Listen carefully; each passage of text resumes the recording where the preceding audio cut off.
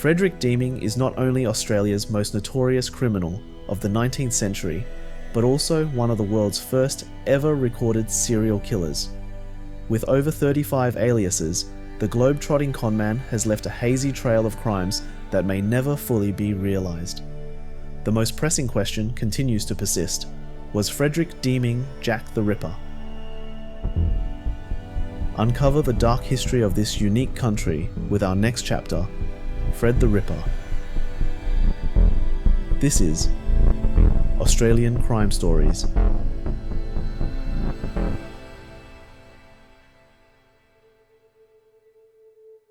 Our story begins abroad in Leicestershire, England, 1853, when Frederick Bailey Deeming was born to Thomas and Anne Deeming. Despite being considered the golden years of England, there was still a significant contrast between the burgeoning middle class and the hardships of the working class, the Deeming family being the latter. Frederick was the youngest of 7, living a poor and uneducated childhood whilst receiving harsh beatings from his father. His parents were both heavily religious, with Anne being a Sunday school teacher and pushing her puritanical interpretation of scriptures onto Fred. Subsequently, he carried a Bible with him at all times, becoming obsessed with the concepts of sin and punishment. The two were also very superstitious, believing in the spirit world and omens. Thomas believed Frederick had the devil in him, and his devoted mother prophesied he was born to be hanged. Both would spend time in mental asylums at some point, and Thomas attempted suicide on 4 separate occasions by slashing his throat. He eventually died in a workhouse suffering from insanity. With all these factors, it's no surprise Frederick displayed troubled behaviour from an early age. He was known by his siblings and other youth as Mad Fred, or more directly, the Demon. Fred once bragged, as he often did, "By 18, I had seen more of life than most men ever see. I had killed a man too. It was partly an accident, but it changed my life." Whether this was true or not, as a teenager Fred did encounter a dead woman on the front doorstep of their home. Her name was Min Cooper, and she died from a cut throat. Detective Charles Marshall, who investigated the murder, commented that Deeming was excited by his grisly find, and he was labelled a suspect. The case was never solved. By around 16, he ran away to be a seafarer and began a life of fraud and deception whilst he travelled the globe. He grew an obsession for knives and turned it into a side business, making and selling them to sailors. In 1875, aged around 22, Fred's mother dies, and it triggers a major mental breakdown in him that would seem to never end. While at sea, Fred suffered from brain fever. He would commit acts of ludicrous nature, claiming his mother was commanding him to do so from beyond the grave. Despite his mental troubles, Fred was described as a ruggedly handsome man with fair hair, a distinctive ginger mustache, and blue eyes. He possessed an engaging way with words and could pass himself off as a gentleman of aristocratic birth, making women quickly succumb to his charms. On 28 February 1880, Fred married childhood sweetheart Marie James. The Deeming and James family were both close, with Fred's brother and Marie's sister also marrying each other. By 1881, Fred was in Sydney, where he had jumped ship and started work as a plumber and gas fitter. He used his job to seduce the housewives of the homes he worked on and steal their jewellery. After saving enough money, he sent for his wife Marie. Towards the end of 1882, Frederick was arrested for theft and spent 6 weeks in prison. After being released, he and his wife settled for around 5 years in Sydney. Marie gave birth to their first 2 children, and Fred started his own business. During the years of 1884 and 1885, multiple bank robberies, burglaries, and disappearances occur in Sydney without ever being solved. By 1887, Fred's troubles were creeping up on him. He was in debt, his business was bankrupt, and he was serving 2 weeks for committing perjury. After his release, he burns down his business, claims the insurance, and flees Australia with his family.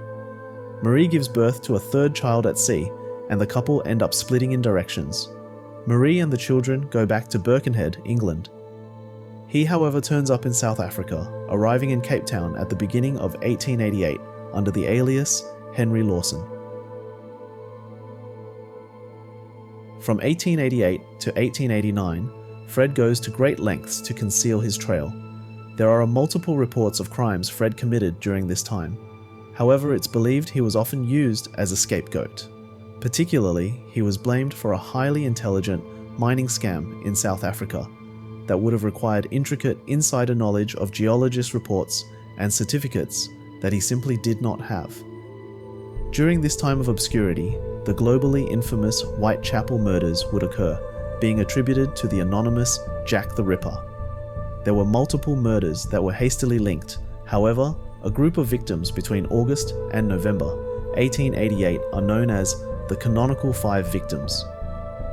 All 5 were female prostitutes and killed with the modus operandi of cutting their throats and disemboweling them. Confirming Fred's whereabouts during the Whitechapel murders would ultimately incriminate or absolve him. His brother claims that he had visited family members in Birkenhead in late 1888. However, his definite presence in the UK isn't confirmed until October 1889, when he reappeared in Hull. On 18th February 1890, still posing as Australian sheep farmer Harry Lawson, he married a second wife, Helen Matheson, in Yorkshire. He paid for the ceremony with his fraud money before quickly deserting her after their honeymoon, taking the gifts and money with him. He heads for South America but is arrested in Montevideo on 7th April for swindling a jeweler in Hull and is sent back to serve his longest sentence thus far, 9 months. During his time there, his first wife, Marie James, who has now given birth to their 4th child, tracks him down and demands he join and support his family. Fred rejects her, and in retaliation, she goes to Helen Matheson and informs her of their bigamous marriage, an offence with penalty of up to 7 years. Luckily for Fred, Helen decides not to inform the police in the interest of saving her already bruised reputation. Marie's actions, however, don't go without consequence. Whatever has been brewing within Fred finally comes to boil, and he spends his incarceration planning the demise of his childhood sweetheart and their 4 children. On 16th of July 1891, he is liberated from Hull jail. 3 days later, a woman is murdered near Hull with a slit throat. The case was never solved. Putting the first step of his plan into action, Frederick writes to Marie a letter of reconciliation, reaffirming his affections and promising to send for them once he had found a suitable home and employment. On 21st July, Frederick scouts a home in the then small town of Rainhill. Posing as a military officer home on furlough from India under the alias Albert Williams, he rents a remote Dinham villa from the widowed Mrs. Mather. He would also meet her daughter Emily, charming her and quickly forming a relationship. He convinced Mrs. Mather that the floors needed cementing and offered to do it at his own expense. He spent days digging what would soon be his family's grave, and by 23rd July, the first barrel of cement arrives. On 25th July, Marie and their 4 children arrive at the Dinham Villa. Not long after, he bludgeons them with a native battle axe from Africa before cutting their throats. He then puts them in the prepared grave he dug in the kitchen and buries them. Using the help of a labourer friend of the Mathers family, he entombs the grave in cement. The idea of entombing them in cement originated from his apprentice days when he worked on the plumbing in Chester Cathedral. They penetrated the sepulchre and he had to reseal the tomb with cement, an experience that is believed to have fascinated him. He was thorough in his cleaning, mopping up blood and destroying any incriminating evidence. He even hired a charwoman to thoroughly scrub the house to ensure there was no trace of his crimes. He explained to the Mathers and neighbours that the sudden appearance and disappearance of his family was in fact his sister and her children visiting on their way to join her husband. The following month of September, Fred marries his current partner, Emily Mather, inviting virtually the whole village to the celebration. Unbeknownst to them, he was already planning the demise of Emily. Wanting to disappear with her, he claimed he would be resuming his fictitious military duties in India while secretly intending to return to Australia. The newlyweds boarded the SS Kaiser Wilhelm on the 2nd of November and arrived in Melbourne on the 15th of December. Under the alias of the outwardly charming Mr. Druin, Fred rented a house in Windsor from a butcher, Mr. Stamford. At one point, Fred complained to Mr. Stamford that the walls of the house were full of nail holes and that he intended to repair them with cement. On Christmas Eve, only 9 days after arriving, Fred smashes in Emily's skull and slits her throat. He then crams her body under the second bedroom's hearthstone before hastily covering her in cement. He had gotten cocky by Emily's murder. A life of crime with little penalty and having just gotten away with murdering his family made him feel invincible. Before and after he killed Emily, he paraded around Melbourne, welcoming attention. Even when people started recognizing him from old aliases, he wasn't concerned. His cleanup of Emily's murder showed the same carelessness. The following month, Fred was already auctioning Emily's belongings and his African effects. Searching for his next victim, he registered himself to a matrimonial agency in Victoria under the alias Francis Duncan. He never meets with anyone, deciding to instead flee Victoria under a new alias, Baron Swanston. Around 12th January 1892, Fred finds his next victim on the steamer SS Adelaide to Sydney. He woos 22-year-old Englishwoman, Kate Rounsfell. He loads her with compliments and swears he loves her faithfully. He quickly asks for her marriage and places a diamond and sapphire ring on her finger. Kate tells him if her sister in Bathurst consents to marrying him, she is his. The couple journey there, and Kate's sister approves. Deeming gives Kate 2 more rings and a brooch, which he took from Emily's body. They discuss their future, and Kate offers the idea of starting a home in Western Australia. Following the same plan of his first wife, Fred goes ahead to Western Australia alone to find work and a property. He does so, taking a job as an engineer at the Fraser gold mine. He then sends for Kate to come meet him, having already purchased cement and lifted the hearthstone in preparation for her arrival. Meanwhile, the owner of the Windsor home, Mr. Stamford, attends the property to collect overdue rent, only to find it empty. The putrid odour from Emily's lazy cover-up is quickly noticed. On the 3rd of March, 1892, Emily Mather's naked body is discovered. The only evidence the investigators had was a dinner invite and luggage tags from their trip to Melbourne. The name on both was Albert Williams. With his description matching that of Mr. Druin, it didn't take long for them to realise these were the same man. By the 6th of March, their prime suspect was officially Albert Williams, and an arrest warrant was issued the next day. Notices appeared in Victoria stating a reward of £100 for information leading to Williams' arrest. These notices included a detailed description of Williams' clothing, appearance, and mannerisms. A shipping company employee reported seeing a man matching Williams' description, boarding a vessel to Perth, but calling himself Baron Swanston. Whilst in custody, Fred causes a sensation when he confesses to several crimes, 2 of them being the Whitechapel murders. Lloyd's weekly newspaper read, Deeming has made a clean breast of it to his solicitor. He has confessed to the Rainhill murder and to the last 2 Whitechapel murders, but says he knows nothing about the other, Jack the Ripper crimes.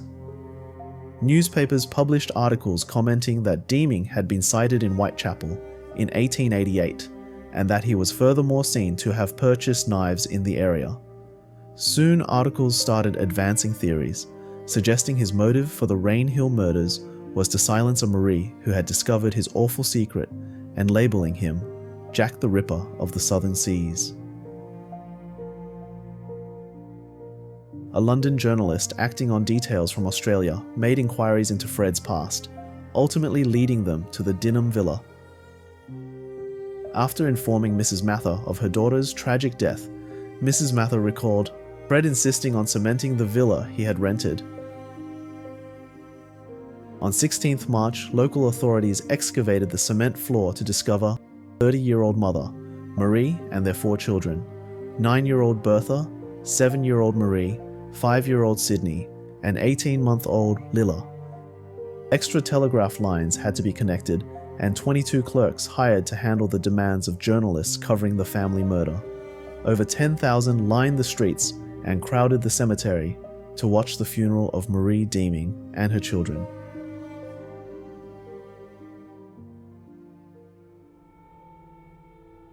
The extradition hearing of Albert Williams was held on 24th March 1892 at the Perth Police Court. His lawyer, Richard Haynes, argued that a fair trial in Melbourne was impossible due to the angry mob gathered outside the courthouse. However, the extradition was granted, and Williams was placed in Detective Causey's custody to bring him back to Melbourne. On 27th March 1892, Fred, Detective Causey, 3 armed police officers and 2 reporters boarded a train at Midland Junction for an overnight trip to Albany, where they planned to meet the SS Ballarat en route to Adelaide. The train was greeted by hostile crowds shouting, "Lynch him! Drag him out! Pull him to pieces with bullocks!" shaking the carriage and breaking a window. The stress caused Fred to have a severe seizure that lasted over an hour. Inside Albany jail, Fred is reported to have taken on the confident nature of his alias, Baron Swanston, again. He declared his innocence to keen listeners and played checkers with guards. A medical exam showed good health apart from bruised, swollen wrists from the handcuffs during his seizures. During the night, he used a broken glass bottle to shave off his mustache. Detective Causey was concerned, as the mustache's absence drastically changed Fred's appearance and could influence the case's outcome. On the 2nd of April, 1892, the SS Ballarat anchored in Port Phillip Bay, and Fred was formally charged with the murder of Emily Lydia Williams. He was asked his real name, but he refused to answer. He was charged as Albert Williams. The trial began on May 2nd, and his lawyer, Alfred Deakin, who would become Prime Minister of Australia in the early 1900s, entered a plea of insanity. If for some reason the trial in Melbourne failed to deliver, a conviction plan was already made to deport him to Great Britain, where he would stand trial for the murder of his family in Rainhill. They got 6 doctors to examine him, but none could unequivocally confirm he was insane. Dr. Shields, the medical officer of the prison, stated, "I have frequently conversed with him but cannot believe anything he said." Regarding whether the accused knew the difference between right and wrong, Shields said Deeming told him, That stealing, for example, was a matter of conscience. Murder was also permissible in certain circumstances. Deeming had told me that on several times he had gone out with a revolver, searching for women who had given him venereal disease, intending to kill them. He believed in the extermination of all such women. The trial lasted 4 days, with doctors suggesting his epileptic fits were signs of his mental troubles. They also argued that his confirmed infection of syphilis may have impaired his cognitive functions. On the final day, ignoring the advice of his own lawyer, Fred took the stand. He denied that his wife Emily was dead and showed no remorse. He boasted about conquests and brave expeditions. He contended that his syphilis had caused his epileptic seizures and brain disease that caused him to kill. He angrily stated to the jury that the press had already unfairly sealed his fate. I don't think there has ever been a man brought into court that has ever been prejudged more than I. You are the ugliest race of people I've ever seen. His hour-long speech showed the jury a narcissistic, tightly woven man. It did not, however, show insanity. His argument was largely sound and logical. The jury took little more than an hour to find him guilty. Fred spent the last 3 weeks of his life scribbling his autobiography, detailing his criminal career and alleged associations with people of high rank. When publishers in England got word of this, they offered £1,000 for the rights.